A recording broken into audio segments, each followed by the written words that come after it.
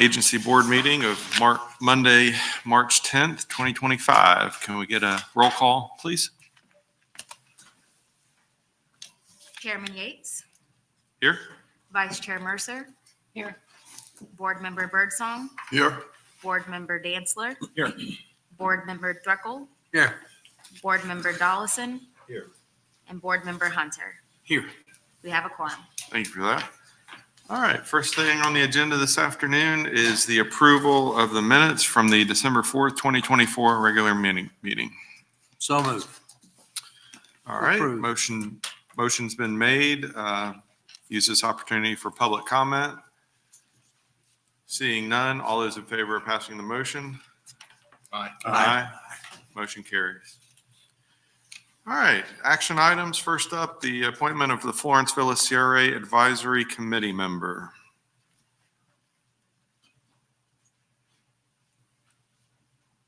Good afternoon, CRA Board. Angie Hibbard, CRA Manager. We have one application that has been submitted for one vacancy on the Florence Villa CRA Advisory Committee. It is David Wilson IV, who is an attorney that has an office on First Street in Florence Villa. He's also a lifelong resident of the city of Winter Haven as well. You have his application in the packet, and staff does recommend appointment of Mr. David Wilson IV to the Florence Villa CRA Advisory. Thank you, Angie. All set? Any questions?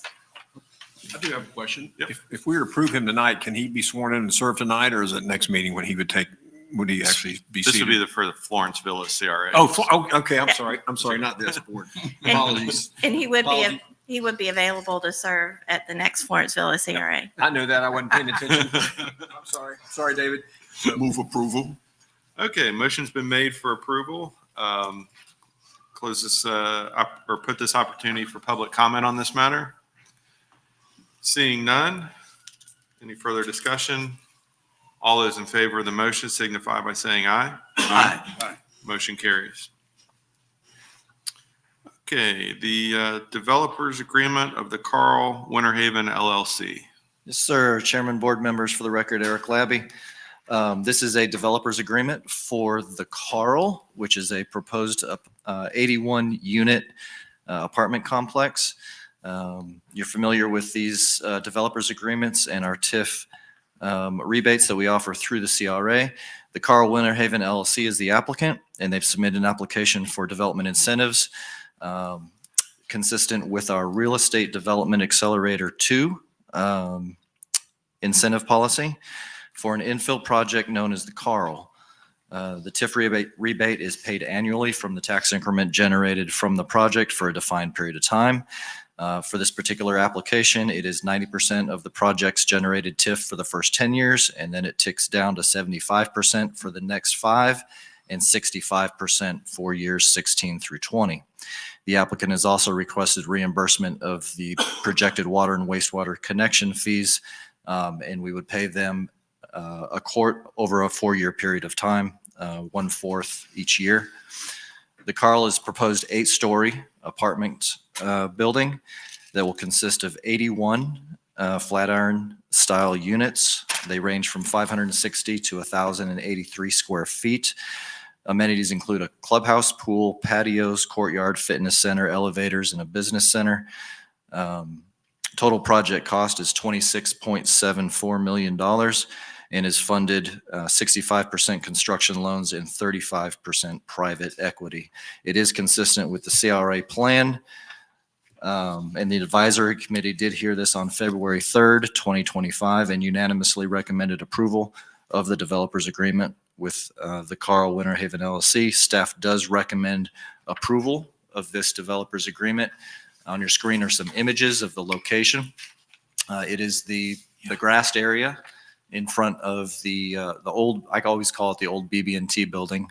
You can see the blue outline indicates where the parking and the apartment building will be. This is a rendering of the apartment building. So you can see the Flatiron design. And again, it's location and site plan. This chart shows generally what the projected ad valorem revenue and rebate would be in comparison of 20 years to 50 years if the project happens or if the project doesn't happen. What's highlighted there in the yellow is the city portion. You can see if the project does get developed, we would receive over the first 20 years about $571,000 worth of ad valorem revenue. We would rebate back to the developer about $2,037,000 in TIF rebates. But then that impact over 50 years, again, playing that long game, in our economic development strategies, we would receive over the next 50 years over $9 million of ad valorem revenue compared to only about $230,000 if the project doesn't happen. Again, remember the TIF rebates, half of that money is county ad valorem. And so that's depicted here on the screen as well as what the projected revenue to the local, state, and Lake Region and Southwest Florida water management districts would be should the project come to fruition. About $2.3 million to those entities. And the total down there at the bottom as far as revenue over the next 20 years and 50 years. And again, staff would recommend approval of a developer's agreement with the Carl Winter Haven LLC. The applicant is in the audience today. Should you have any questions for him? And I stand for any questions you may have. Any questions? 2 questions. Is this all on-site parking? Or is there everything's it's big enough self-contained parking? Yes, sir. It contains its own parking. There's a site plan. And what about workforce housing? Do we have any provision in here for our city employees that might want to live there? This is market rate Okay. apartment buildings. That's it for me. Any other questions? So just for clarification, so they're basically going to redesign this parking lot, if you will, to add, because obviously those spaces don't exist now, or not all of those spaces. They're going to redesign this with this project, right? Yes, sir. It'll be redesigned. It's mostly paved at this point, but it would have to be repaved and redesigned, Okay. restriped. And then that parking there, which would be to the south, that would still all be available to use by the public, wanting to go to Lucille's or Grove Roots or any of the businesses down there. That parking is still available. It is a private parking lot, but they do allow the public to park in there currently. And that, to my knowledge, that would still be available. Are you talking about the lot behind the bank?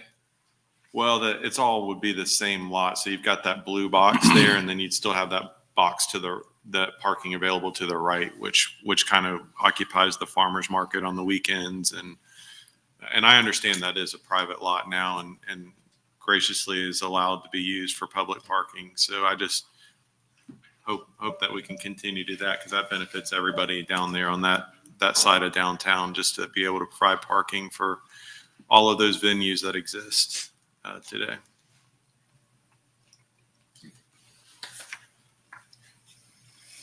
Okay, any other questions or comments on this item? All right, your motion? Move approval. Okay, we've got a motion has been made for approval. We'll use this opportunity for public comment. Seeing none, all those in favor of the motion signify by saying aye. Aye. Opposed, like sign. Motion carries.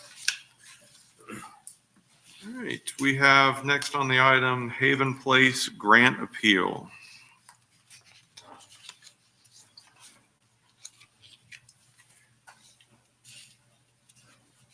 Samisli, CRA Coordinator for the record. We have here Melinda Kalogridis, who submitted an application for a commercial facade grant on the behalf of Haven Place Homeowners Association for minor landscaping, signage, stucco, and an exterior repaint to the Haven Place Condo Association and common property.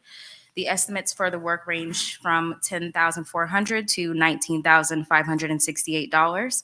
The Downtown CRA Advisory Committee at their February 3rd regular meeting voted against the grant for the commercial facade, and the applicant Melinda Kalogridis, on the behalf of the Haven Place Homeowners Association, has requested for this application to be brought before the board today in an effort to appeal the decision of the CRA Downtown Committee. And she moves for the board's approval of the commercial facade grant for minor landscaping, signage, stucco, and an exterior repaint to the Haven Place Condo Association and common property in an amount equal to 75% of the final cost of the work, up to the grant reimbursement maximum of $10,000. You have enclosed in your agenda packet a copy of the applicant's requested scope of the work, and Melinda Kalogridis is here this evening and can approach the podium for any questions you may have. Okay, any questions on this item? I have one. I guess I don't really understand why it was denied on the initial reading, because I mean, this is a gateway into downtown. Can you shed any light as to what that thought process was from the committee? Or Yeah, so there was discussion amongst the committee members initially about whether or not the commercial facade grant was the appropriate means by which to improve this property, or whether it should be individual residential facade grants. It's condo.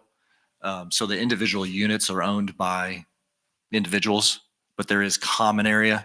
So staff felt like the commercial facade grant was the most appropriate way to facilitate that redevelopment.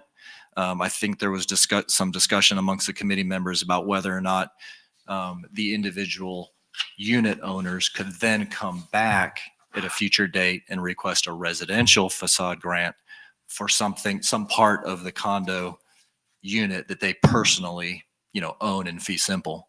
And I think that discussion and conversation led to that no vote.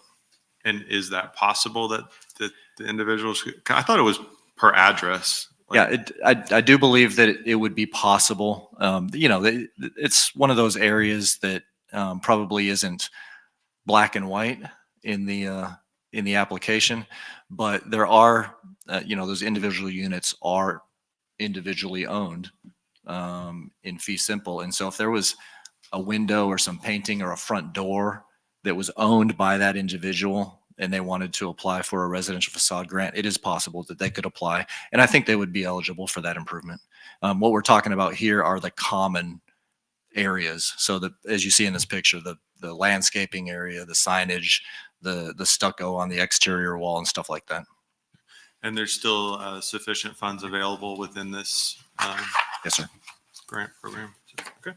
So you're not answering that, I guess, to whether or not that would be possible. You're saying that. Yes, sir. because I it's believe gray it's- area. Yes, sir. I believe it's possible. I don't think staff would rule that they would be ineligible. There's nothing in the policies or in the CRA plan or in the application that would disqualify an individual from applying for a residential facade grant for something they individually own. So if we grant this and if they do it individually, it's kind of like a double dipping almost to some degree. Isn't it? It would have to be something that is visible. And I don't know, I haven't done the research. I don't know if for example, the front gates are common or if they're individually owned. It would have to be something exterior, individually owned, facing the public right of way in order to be eligible. So, and I don't know personally if their front gates are individually owned or not, or if that's common area. But what I'm saying is if there is something that is visible from the right of way that is individually owned, they could potentially apply for a residential improvement grant as well. But just so we're clear on this, and this, I'm had the same question you did, Board Member Dollison. What I believe staff is saying is that this particular application under the commercial incentive program is expressly and specifically for things that are owned in common. In other words, this up to $10,000 reimbursement will be spent only on improvements for reimbursement that are a part of the common area elements of this particular residential commercial, which we consider commercial subdivision or structures. And that to the extent there are individual things that are different than what is the subject of this application, there may be an eligibility if they met the criteria otherwise, but it wouldn't be a double dipping. It would be a different aspect or a different specific part of either the structure that could be visible from the public right of way. So there would be no double dipping in that regard. In other words, they couldn't get money for common elements and then turn around and have the same pot of money available for that same improvement. When you If that say, makes when any you say sense. common, that is the HOA? Yes, or the condominium association. That's who the applicant is. And that's how I understand staff has analyzed it and is presenting it to you this evening. Which the residents pay into the HOA, right? Presumably, yes. But there are distinctions when you have condominiums as to what is owned in common and what is part of the individual unit owner's condominium. And so that's what I think what I believe staff is trying to say. Can you clarify that? Well, for example, the front doors of each of these units may be part of what is individually owned, but that's not what is going to be improved by this grant. Or the wrought iron gate that goes into each individual unit, that may be considered part of the individual unit owner's responsibility, not what is considered the responsibility of the condo association. There are certain things when you own a condominium that are owned in common with everyone, depending on the number of units. And what I'm hearing staff say, and the applicant has asked for, is a reimbursement for improvements to those things that are part of the common area elements, not part of the individual unit owner's responsibility. Is that accurate? That's correct. Okay. Makes sense. Any other questions? Motion for, Move approval. motion's been made. All right, we'll leave this opportunity for public comment. Seeing none, all those in favor of the motion signify by saying aye. Aye. Motion carries. Thank you. And just so we have the record is clear, there's a specific statute, 112.3143 sub 3B, small b, of the Florida statutes, which allows for any individual CRA board member to vote on this matter, and that's why there's no conflict of interest here for voting purposes. Thank you. Thank you. Okay, next item is just for informational only. Next two items are informational only, so I'll leave that to the committee to review that in their time. So we'll move on to other business. Comments from the committee? Any comments? Okay, I've got a couple that I just wanted to bring up that I've kind of been weighing myself over the last several weeks and different conversations with members of the community. And one thing I wanted to get an update on was that of the Florence Villa CRA bus stops, or the structures for the bus stops. In MJ, was it January we met with Patel Green, I believe? In January, we met with a new engineering company that is under our continuing contracts, and are going to get a bid from them to help us designing and looking at any right of way that we need, getting these bus stops in the correct places too. Gone back and forth with Florida Citrus Connection, getting their top bus stops. Unfortunately, a majority of them are not in either of the CRAs. I think there's two of them, Samis, we looked over. Two of them are located within the CRA districts.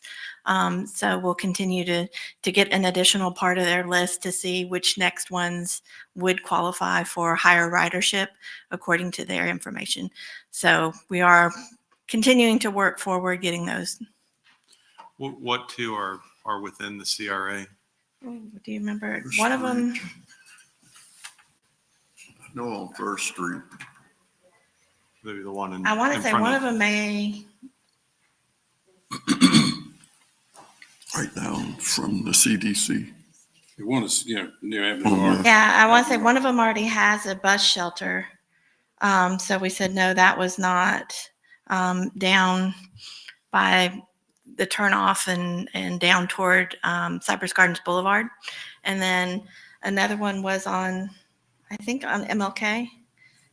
There was one there that we probably will have to look at right away. How much space do we have for sidewalk and bus stop? But there's still more bus stops within the Florence Villa CRA. There are. You're They're just just saying that they don't meet the levels? No, we just asked for the first go round, instead of asking them to send every bus stop in the city of Winter Haven, they don't know which ones are CRA. They'll just send us all of them. So we said, send us your top ridership. So I think she sent 15 of them the first round. So we had to go through and identify the location on each one of those and then cross-reference to make sure it was or was not in the CRA. So we will get the next round of, give us your next busiest bus stops, so that we know which ones to keep evaluating. We don't want to go and put a bus stop at a location that has 4 riders. So and I understand that, but if a business owner that has a bus stop out in front of their business is ready to go and wants a bus stop, would like to have a shelter there and gives the right of way, can we not fast track them through the process? Sure, if they'd be willing to reach out and let us know. We haven't been contacted by any businesses at this point. Okay.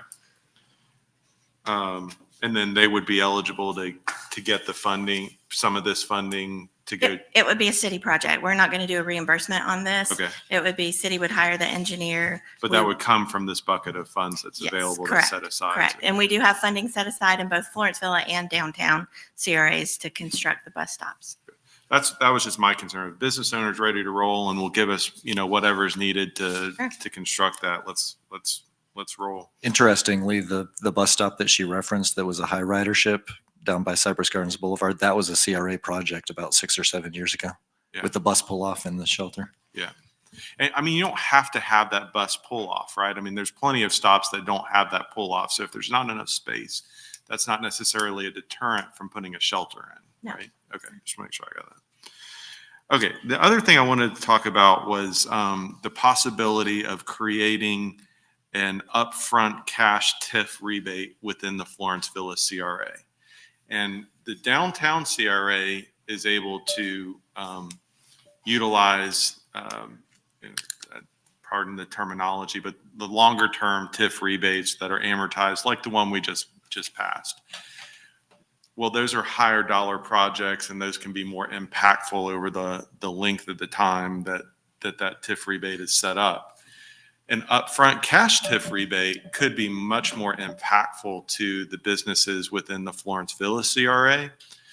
And some sort of, and I'm just kind of thinking out loud here, but if it were a percentage of the project and maybe it's a 10% TIF rebate upfront that's provided once CO is issued to ensure, what's built is there and done. How difficult would it be to establish something like that specifically for the Florence Villa CRA? I'm glad you brought that up. We're actually working on a rebate program right now for small businesses in Florence Villa.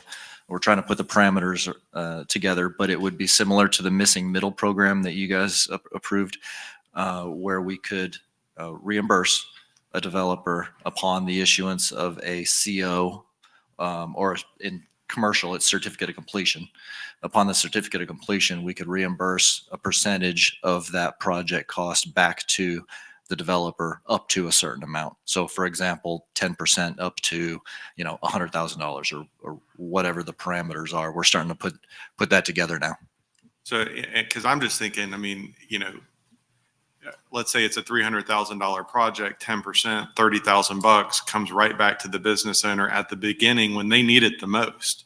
They need as much capital and much, momentum moving forward at the beginning of completion than, these small incremental amounts over 10 or 15 or 20 years. So I think that could be huge. What do you think the timeline, how far would something like that potentially I think be we done? can have a resolution with the outline of the program at your next meeting. Awesome. That'd be great. The other thing I wanted to mention, and we talked about this a little bit Wednesday night, but that is the Hartford Winter Haven establishing the CDFI, and which is a community development financial institution, and that will be the first CDFI within Polk County. Will be based right here in Winter Haven. I know that some funds will be needed to launch that and get things rolling. Would those funds potentially be available through the Florence Villa CRA and the downtown CRA, or does that confuse the issue, and it should just be funds from the general fund so that small businesses can benefit throughout Winter Haven and not, or is there an aspect of both of those things? So we had those very questions when we first learned about the development of the CDFI. The possibility with Hartford Winter Haven. We've had some initial conversations with John's partner, Drew, around that as to whether or not a CRA could seed a CDFI with some funds. And we believe that it's doable. It depends on how you set up the parameters around that and how that entity utilizes those funds. Obviously, they'd have to be in the district. They'd have to be for redevelopment projects that are consistent with your CRA plans and all of that. But we believe that is a possibility, provided we can come up with the right rules around that. Great. And Cedric Cox, our Assistant Director for Economic Development and Community Investment, and I have a meeting with Hartford Winter Haven on Wednesday to discuss the CDFI. Okay. And I don't like using the word or term earmark, but budget season's right around the corner. So we're contemplating those things as we then create our budgets going in for both the CRAs and the general budget as well. Chairman Yates, can I offer a few comments on that? Please. For the record, T. Michael Stabber, City Manager. So what you're speaking of is something we're very interested in pursuing, and as staff has noted, it's just within the details. We've got to figure out how do we set the rules of the road there that not only protect the city as a whole, but also create the greatest opportunity for those small businesses. And what I would envision is bringing something back for consideration that would be not too dissimilar to our Affordable Housing Trust Fund.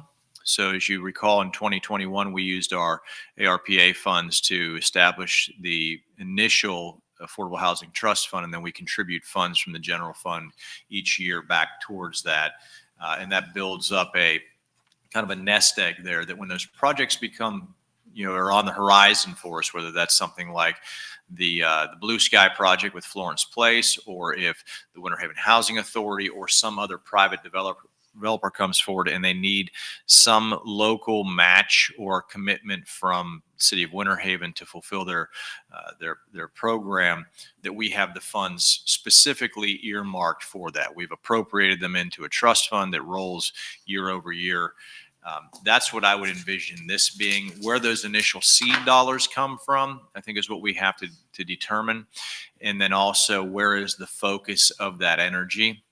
So if it's within the CFDI and you fund that out of the general fund, an initial seeding and then some contribution over the next, let's say, 5 years, just for discussion purposes, that builds that up, and we can evaluate the effectiveness of that program as in terms of a positive impact on economic growth in the small business sectors throughout the community.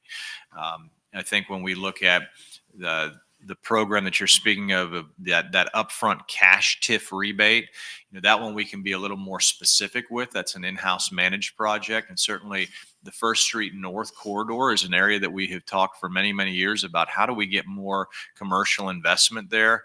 And certainly it is within our purview to designate that area as an investment area, and having, if it's CRA funds or otherwise that establish that appropriation, making those rules such that it only applies to development within the Florence Villa CRA, since that is a target area for us. So I think both of those have great potential. We've just got to work through the details. And I think on the second one with the CDFI, it really comes down to, and we're hopeful and certainly willing to help in any way possible with Hartford Winter Haven as they try and establish that.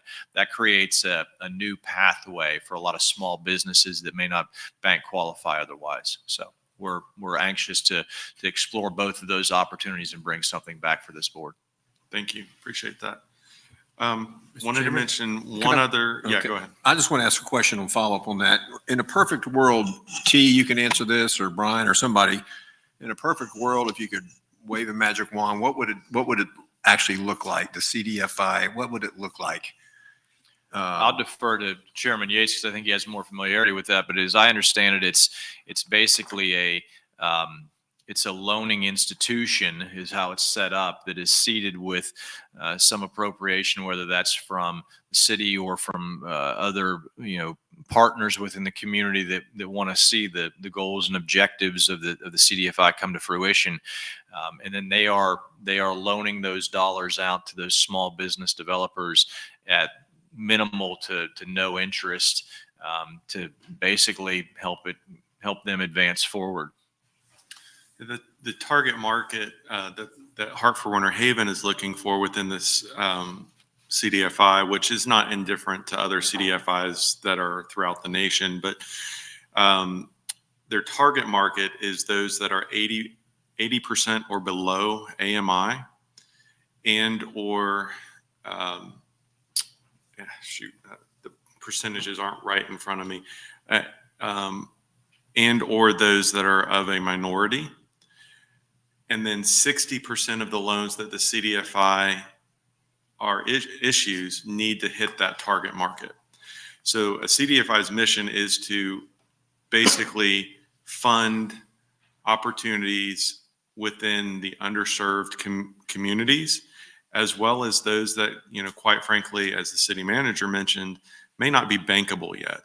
A bank is going to require 2 years of operations, 2 years of financial statements, personal guarantees with their loans, and they've got a cash flow. But where a CDFI can come in and kind of bridge that gap is be able to provide some finances for some new startup businesses, some very young businesses, so that they can get to that point of a 2-year history So then they can graduate on to, a financial institution outside of a CDFI. So it's all commercial, right? It's no residential and There's no residential, but there is a consumer component to the CDFI. Mhm. And a lot of times the consumer component would be those that might need some help with credit rehabilitation and, consolidating some collections or some things that are weighing them down as a consumer so that they can move forward.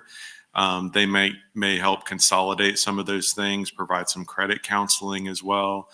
Provide some financial education training as well, so that those individuals can consolidate those things, get their client credit cleaned up, and then they can be on a pathway to financing their own home if that's what their ultimate goal is.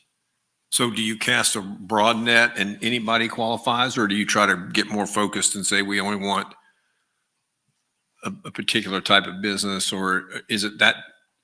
I guess what I'm trying to. It's a broad net. But as I mentioned, it's got to be 80% of AMI or less, or a minority individual. And it needs to be That's on fine. the First Street corridor, and we're going to hire Hartford Winter Haven to potentially administer this, or is Angie going to do it? Or Hartford Winter Haven CDFI is going to service Polk, Highlands, and Hardy counties. oh, okay, The benefit here, obviously, is they're right here in Winter Haven, so they're going to have a lot of extra eyes. what you can walk in the door here, whereas if you're in Hardy or Highlands County, you got a little bit of a trip. I know the Lake Wales CRA has already formulated a plan to provide some grant financing as well through the CDFI. So there's other municipalities that are already coming on board for this program. And Chairman, if I could just maybe add a little clarity. So the CDFI is on that, basically the financial lending institution side of it. They're issuing out that loan. And as the chairman said, multi-county is what the Hartford Winter Haven focuses on. The CRA package that would be a earlier payment of a TIF reimbursement, a grant per se, at the time of certificate of completion or certificate of occupancy. That one, it can be very specifically targeted to just within the Florence Villa CRA. So you've got one that's more of a grant reimbursement type, and that's what we would manage internally of the CRA. And then the CDFI would be more on that lending side of things, that here's a loan. And that loan may be, again, at 0% interest or something very low. What I'm trying to get to, and it's all great, I'm just trying to figure out a way that we as a body or as a community can really encourage development on First Street in Florence Villa.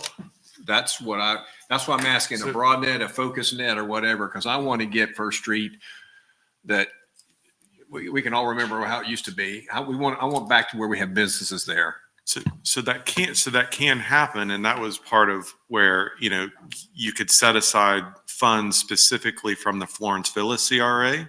You can set aside funds specifically from the downtown CRA, and those funds would have to go and service those businesses within the Florence Villa CRA, the Florence Villa funds. CDFI thing you're talking No, no, you could. You would do it in partnership with the CDFI, which is Lake Wales Downtown CRA has developed a plan to provide grants and financing to that area, and those funds. There's 2 or 3 page plan that I've looked at, and in the end, and when things go great and their business is running, is there debt forgiveness, or do they eventually pay it back, or debts are paid back? Yeah, this debts would are be paid a back, normal just at a type low of interest or no interest rate? Yeah. They did a workshop on that, which was a couple-day workshop. It was very good. On CDFI? Yeah, and very informative, and I think it really outlined pretty much all that they do. It's a big deal, quite frankly. Who did the workshop? Through Hartford Winter Haven had put it on. Benefits are just tremendous in terms of the area, that would be impacted. So I'm excited about it just to see, because I think it will just open the opportunity for many small businesses to establish like you said, the credit piece is very important and vital because, just getting your feet off the ground, so to speak, is rather challenging. So would an apartment complex or a multi-unit apartment be appropriate, or has it got to be a dry cleaner and a? Well, the average CDFI small business loan is going to be in the ballpark of $7,500. Oh, okay. There'd be some that would be larger and some that would be less. But so to There's no finance a full apartment building, that wouldn't work, necessarily work. But they could provide a portion of that. Maybe you could say if it was at 10% that we were talking about earlier, and there was a $30,000 coming back, maybe the CDFI could front the $30,000. Once the CO is completed, then that 30,000 comes in and pays back the CDFI. So there's different opportunities along those lines. Okay. The Florenceville area that you're speaking of specifically, it's a little challenging because the property, who owns the property and the pieces, because when the widening of the street took place, it pretty much pushed everything, to the point where it's hard to establish unless you have a not only the front piece on First Street, but you also have to have the depth of it or the width of it in order to be able to do anything substantive in that area. And so I understand we actually own a piece of property. And when I say we, I'm talking about our church on the corner there of Avenue R. And so I kind of know some of the makeup in that area as well. And I see Mr. Dutney, who's been actually functioning a business in that area for quite some time. And he knows a lot of that area too. And so it's just the CRA right now, we've been looking at what we can do to maximize the ability to bring some of that property together, or, because like I said, you've got some owners that air property, as they call it, which makes it real challenging to, try to find out whether or not you can make that all work. So it's been looked at, and I hope that maybe giving a little more attention to that, maybe we can work something out and be able to do something, and someone would invest in the area. Along that vein, you were talking about those properties. Don, didn't we hire your firm or some firm to do title searches and try to put together a bunch of these properties and assemble them? And We, as I recall, we ordered Florida Acquisition. Florida and Acquisitions through Joe Blair. who is it? Joe Blair, the same outfit that helped us with the Lake Albert Trail project, Okay. if you remember that group. Have we already hired them? I believe we have. Yes, we have. Yeah, just so you have a full picture, if I may, of what's kind of going on in the background. We budgeted in our planning budget, not the CRA budget, but our planning budget for this year, to do a plan for the First Street corridor, a redevelopment plan for the First Street corridor. We're getting ready to have our kickoff meeting with that group coming up here in the next month or two to get that project started, get that planning project started. And then also we've been working with Mr. Blair. We do have a list of properties that he has identified. We're mapping those properties now to see if there's an opportunity to acquire some. It would be all voluntary acquisition. But if we could acquire some of those smaller parcels, aggregate them together, and then that in conjunction with our plan and some of these pieces that we're putting in together, the CDFI, the small business grant program through the CRA that we want to put together. We think we're putting all the pieces together to really make a difference in that corridor. Is this Mr. Blair? He's the guy we've hired. Is he working First Street primarily, or is he working wherever? It's the whole, he's looking at the whole Florenceville CRA, but we did tell him that First Street was certainly a priority corridor. Any success to report of so far, or is it just starting? We've just started. We've got an initial list of properties of, gosh, there's probably I think he stopped at 150. 150 properties he identified.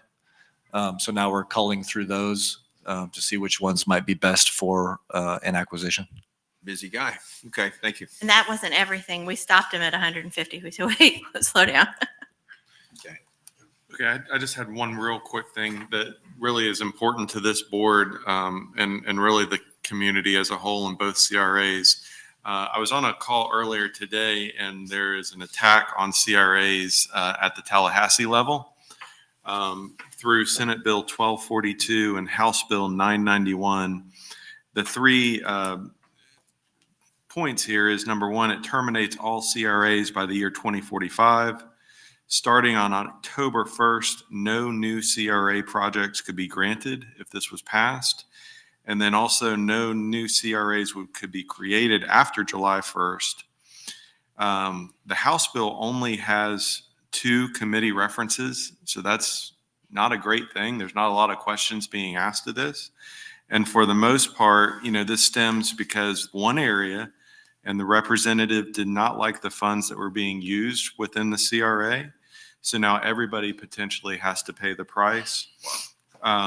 There is a lot of chatter and somewhat positive discussions in Tallahassee regarding this. So my call to action here is this board and anybody out in the audience, reach out to the Polk delegation, tell them how important CRAs are, give them examples of the Winter Haven Downtown CRA and the Winter Haven Florence Villa CRA, and urge them to vote no on House Bill 991 and Senate Bill 1242. So wanted to just bring that to the board's attention. Without any other comment, we'll use this opportunity for any comment from the audience, specifically to the CRAs. Any comment? All right, seeing none. Motion to I adjourn. did want to point out, your next regular meeting is June 9th. So you guys should have all of those on your calendar already. Also, in the next probably 7 days, expect an email. We're going to send out email to the advisory committees and to the board to get an idea of projects that are important to you guys as we're going into the budgeting season. We want to hear from you on things that are on your radar that maybe we haven't heard or thought of, so that we all work together. Thank you. Motion to adjourn. So move. All those in favor, signify by saying aye. Aye. Hi. Board is adjourned.